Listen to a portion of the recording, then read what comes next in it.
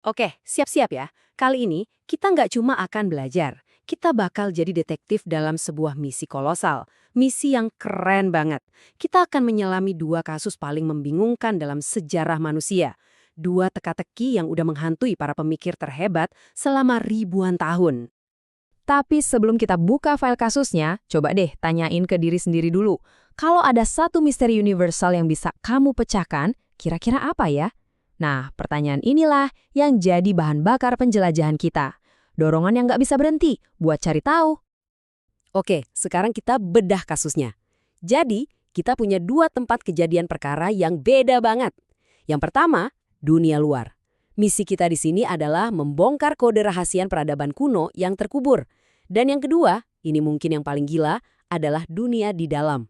Misteri tentang gimana caranya gumpalan daging di kepala kita ini bisa menciptakan seluruh alam semesta yang kita sebut kesadaran. Nah, ini dia rencana investigasi kita hari ini. Kita mulai dari gambaran besarnya, terus kita bakal terjun langsung ke pasir Mesir kuno, lanjut beralih ke labirin rumit di otak kita, dan di akhir nanti kita bakal coba satuin kedua pencarian epit ini. Yuk kita mulai! Misi kita hari ini skalanya gede banget, melintasi ruang dan waktu.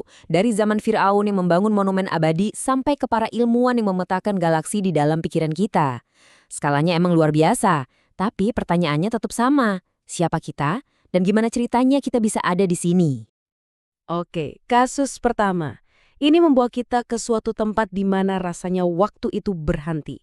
Ke sebuah kekaisaran yang berdiri kokoh selama 3.000 tahun. Kita menuju ke tepi Sungai Nil.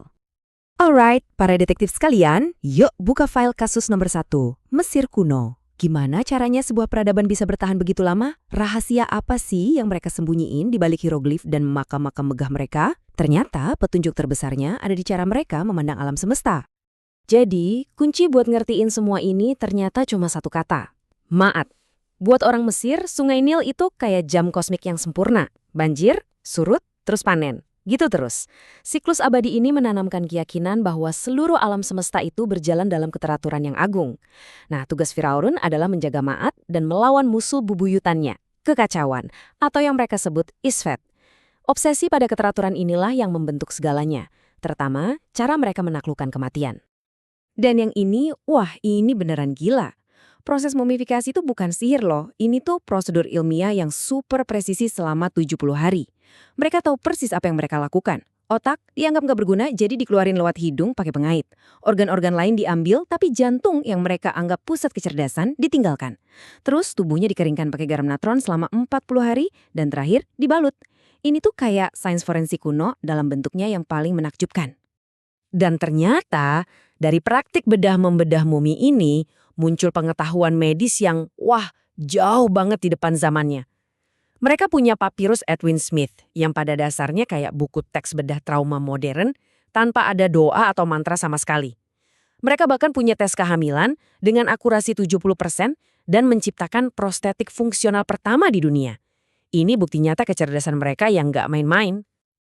Terus gimana sih kehidupan mereka sehari-hari?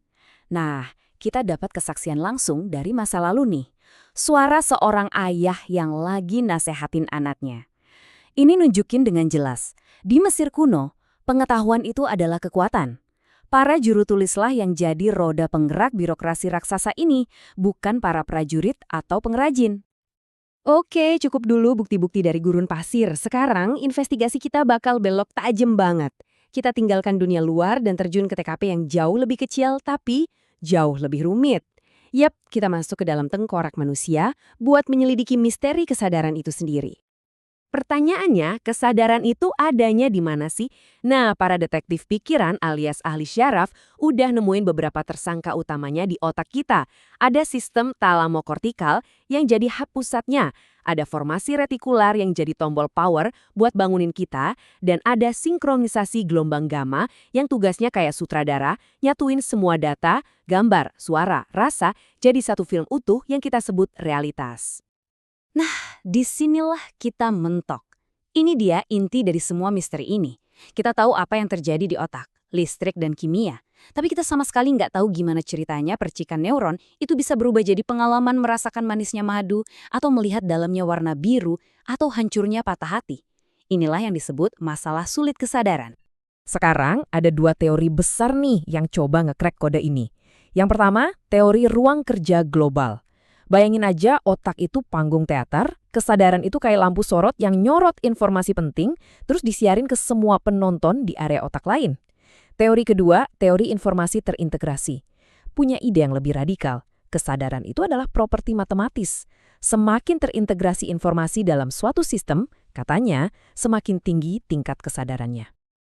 Oke, sekarang coba kita mundur sedikit. Kita udah kumpulin bukti dari dua TKP yang beda banget, yang terpisah ribuan tahun dan disiplin ilmu. Sekarang waktunya nyatuin semua petunjuknya. Gimana caranya kedua investigasi ini bisa terhubung? Ada satu kata kunci di sini, qualia. Ini istilah keren buat pengalaman subjektif itu sendiri. Sains bisa jelasin panjang gelombang cahaya merah, tapi nggak bisa jelasin perasaan saat kamu ngelihat warna merah itu. Nah, inilah perbatasan terakhir dalam pemahaman kita tentang pikiran, misteri terdalam di dunia batin kita. Terus, buat apa sih kita punya kesadaran? Kenapa repot-repot? Nah, kalau dilihat dari kacamata evolusi, kesadaran itu senjata pamungkas kita buat bertahan hidup. Kesadaran itu kayak simulator realitas virtual buat merencanakan masa depan. Dia juga filter buat fokus pada ancaman atau peluang, dan yang paling penting, dia yang bikin kita sadar kalau orang lain juga punya pikiran. Tanpa itu, nggak bakal ada yang namanya peradaban. Jadi, ini dia kesimpulan besarnya. Arkeolog yang mecahin kode hieroglif dan ahli saraf yang mindai otak, mereka itu sebenarnya ada di misi yang sama loh. Mereka itu dua tim detektif yang ngerjain satu kasus super besar dari sudut yang berbeda. Kasusnya, misteri tentang siapa kita. Dan semua ini membawa kita ke satu pertanyaan terakhir yang masih menggantung. Misteri mana nih yang bakal kita pecahkan duluan? Rahasia yang terukir di batu ribuan tahun yang lalu, atau rahasia yang terjalin di dalam kepala kita? Kisah detektif terhebat manusia, investigasinya masih berlanjut.